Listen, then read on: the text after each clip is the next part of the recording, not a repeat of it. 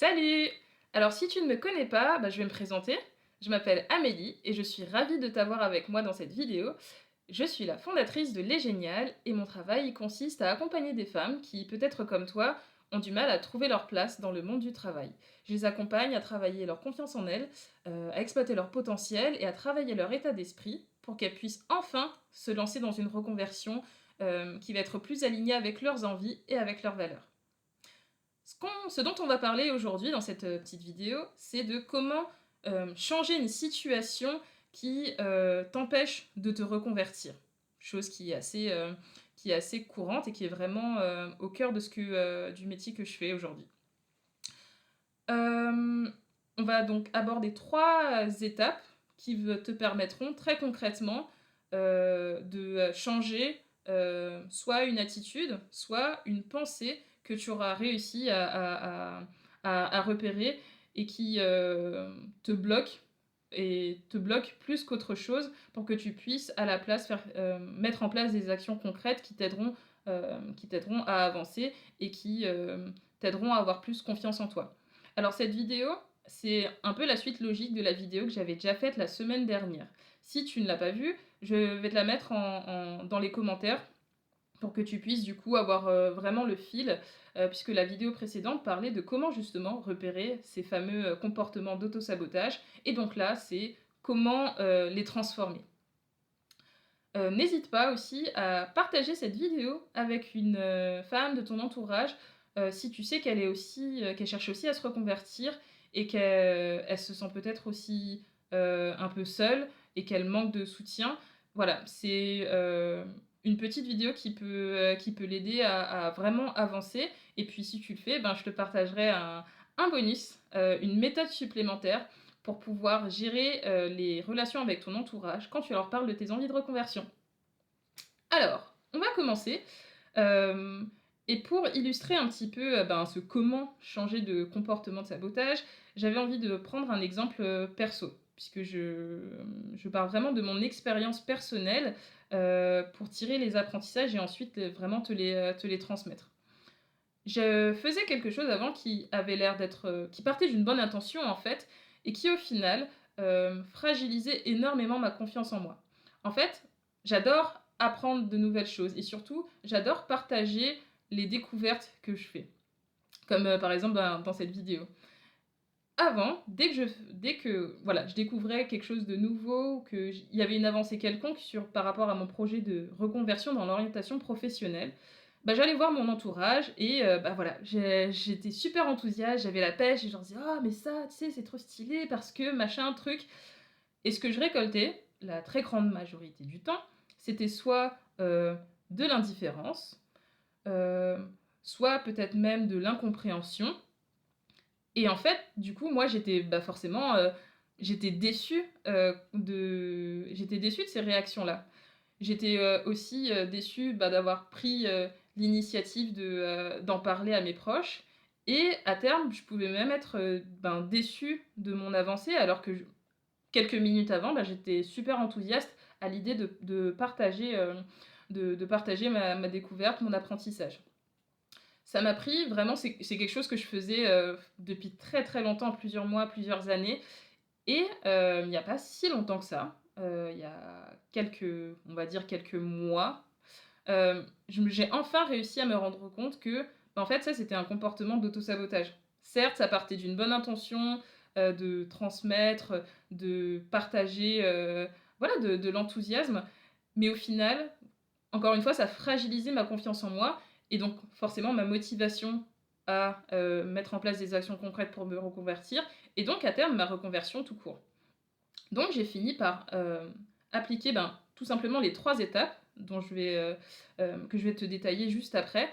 Et c'est ce qui m'a aidé petit à petit à arrêter de faire ce comportement qui est vraiment en fait profondément ancré dans ma nature. Tout simplement parce que le faire pour cette chose-là en particulier, ma reconversion, ça ne m'aidait pas sur le coup à être motivée et à continuer à avancer. Donc la première étape, quelle est-elle? C'est d'abord de prendre du recul sur sa situation. Et plus précisément, parce que c'est super vague de dire, «Prends du recul sur ta situation», plus précisément, prendre du recul sur sa situation, ça peut se faire a posteriori, une fois que du coup que le comportement de sabotage il est passé, en essayant de se centrer un peu sur ce qu'on ressent. Exemple, moi, bah, j'étais, insatisfaite de la réaction de mon entourage quand j'essayais de leur, parler de ce que j'avais appris à propos enfin lié à ma reconversion. Ça pouvait être de l'insatisfaction ou ça pouvait être, peut-être de la, ouais, une certaine forme d'insécurité par rapport à la pertinence de mon projet. L'idée, c'est de vraiment partir de cette émotion et de se demander déjà de la ressentir, de prendre un moment pour la ressentir. C'est très important d'engager son corps dans le process et de pas juste, être dans les idées.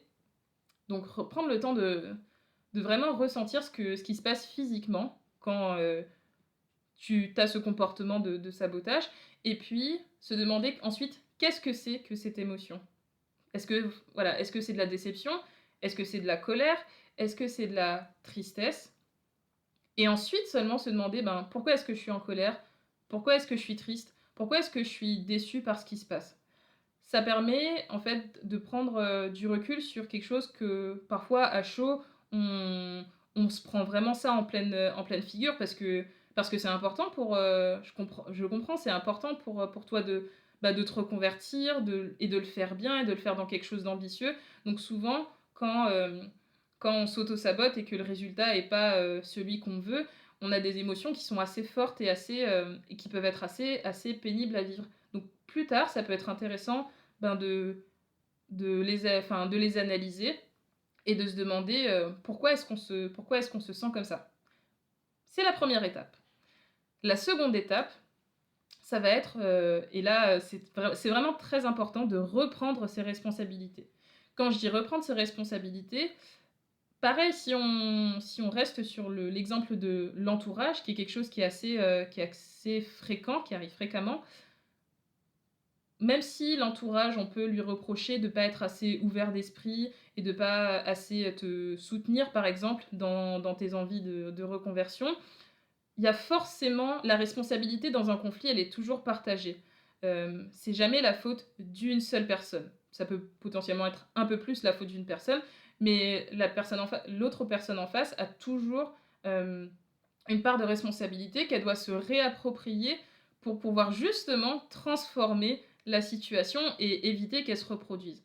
Donc ici, ça va être, hem, comment est-ce que je f qu'est-ce que je fais pour reproduire cette situation?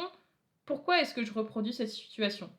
Et moi, par exemple, ça a vraiment été révélateur de faire ça dans le cas où, je partageais sans filtre tout ce que j'apprenais à propos de ma reconversion, parce que je me suis rendu compte que, par rapport à cette idée de justement, de reprendre ses responsabilités, c'était moi qui allais vers les gens. On me demandait pas forcément: «Ah tiens, où est-ce que tu en es?» mais c'était moi qui prenais à chaque fois l'initiative d'aller vers les gens. Et que quelque part, même si je savais, parce que ça s'était déjà passé plusieurs fois avant, que, ça menait pas à ce que j'attendais et que même au final ça me faisait plus perdre confiance en moi qu'autre chose, bah, je continuais à reproduire ce comportement-là. Et de là, une fois que je me suis rendu compte de ça, j'ai pu creuser et me demander, bah, pourquoi est-ce que je continue de reproduire ce comportement-là? Et c'était peut-être parce que j'avais pas assez confiance en moi pourquoi j'allais chercher un soutien que les autres, ne pouvaient pas ou ne voulaient pas me donner. Voilà, ça trahissait peut-être un certain manque de confiance, dans mon projet et dans ma capacité à y arriver et inconsciemment, c'était peut-être une manière hem, un peu comme la prophétie autoréalisatrice, quoi. C'est, hem, je vais voir les gens en sachant inconsciemment que je vais avoir une réaction, un peu, négative ou insatisfaisante, mais qui du coup me fera me dire: «Ah bah, j'ai reçu cette réaction, d'insatisfaction, donc ça veut dire que mon projet vaut pas le coup». C'est un peu comme un cercle vicieux, en fait. Et reprendre sa responsabilité et se rendre compte qu'en fait, c'est moi c'est moi qui aussi provoque ça, bah, ça m'a permis de briser ce cercle vicieux et du coup, ben, de pouvoir arrêter d'être influencée par des remarques dont j'étais quelque part, à l'origine, au moins en partie. Donc c'était la seconde étape, reprendre ses responsabilités par rapport à la situation d'auto-sabotage. La troisième étape, ça va être, ben, tout simplement d'apprendre à repérer ces autosabotages. Voilà, je me répète là-dessus, mais je pense que c'est vraiment le truc central avec le temps, apprendre à avoir ce recul en fait sur ce qu'on dit et sur ce qu'on pense de sa reconversion, de sa capacité à réussir. Et pour que ce soit plus facile, en fait, il faut prendre comme un jeu. C'est notamment Gay Hendricks, l'auteur de Le Grand Saut, qui le dit. En fait, il faut cette attitude, ouais, ce process d'apprendre à repérer ses autosabotages. On peut essayer de le faire, en fait, un peu comme un jeu ou un peu comme quand on conduit avec une espèce d'attention détachée. C'est, euh, ça se fera pas du jour au lendemain d'arrêter de s'auto-saboter et lancer sa reconversion. Et souvent, il faut quelque part arriver à se récompenser et à être content des petites victoires qu'on a en chemin. Et du coup, arriver à le prendre comme un jeu, de spotter les, euh, les, euh, les pensées et les comportements d'auto-sabotage, c'est vraiment quelque chose qui peut aider à, à petit pratiquer régulièrement cette attitude d'introspection, puisque c'est une forme d'introspection, et c'est ce qui permet de changer durablement des comportements, de découvrir des comportements et d'arriver à les transformer durablement. Moi, c'est ce que je fais en fait depuis plusieurs années avec voilà, des pensées ou des attitudes quand je me rends compte que elles ne servent pas, elles ne me servent pas à aller de l'avant ou à réussir dans ce que j'ai envie d'entreprendre et notamment bah, quand je voulais me reconvertir dans l'orientation professionnelle. Donc c'est pour ça que je voulais te partager ben, ces trois étapes. Donc prendre du recul sur la situation, notamment en analysant ses émotions. Seconde étape, reprendre ses responsabilités par rapport à cette situation pour pouvoir prendre du recul dessus. Et enfin, apprendre à repérer ses autosabotages en se en s'y prenant un peu comme, bah, comme un jeu, quoi. Voilà. N'hésite pas, du coup, puisqu'on arrive à la fin de cette vidéo, à me dire ce que tu as pensé de la vidéo, à me donner tes impressions en commentaire. Et si tu aimerais avoir un peu plus de soutien ou si tu as besoin d'aide pour pouvoir repérer tes autosabotages, j'ai un outil pour toi qui est une checklist, qui est un outil gratuit pour t'aider à repérer tes 5 principaux autosabotages, qui sont vraiment du coup les pensées et les comportements qui reviennent le plus souvent et qui t'empêchent le plus de concrétiser ta reconversion. Euh, une fois que tu connaîtras, que tu auras vraiment une vision claire de ce schéma de comportement de sabotage, tu pourras beaucoup plus facilement arriver à transformer cette attitude pour arriver à quelque chose qui soit plus positif et plus constructif pour le bien de ta reconversion. Voilà, je te mets tout ça ben, en commentaire et puis je te dis à la semaine prochaine pour une nouvelle vidéo. Salut!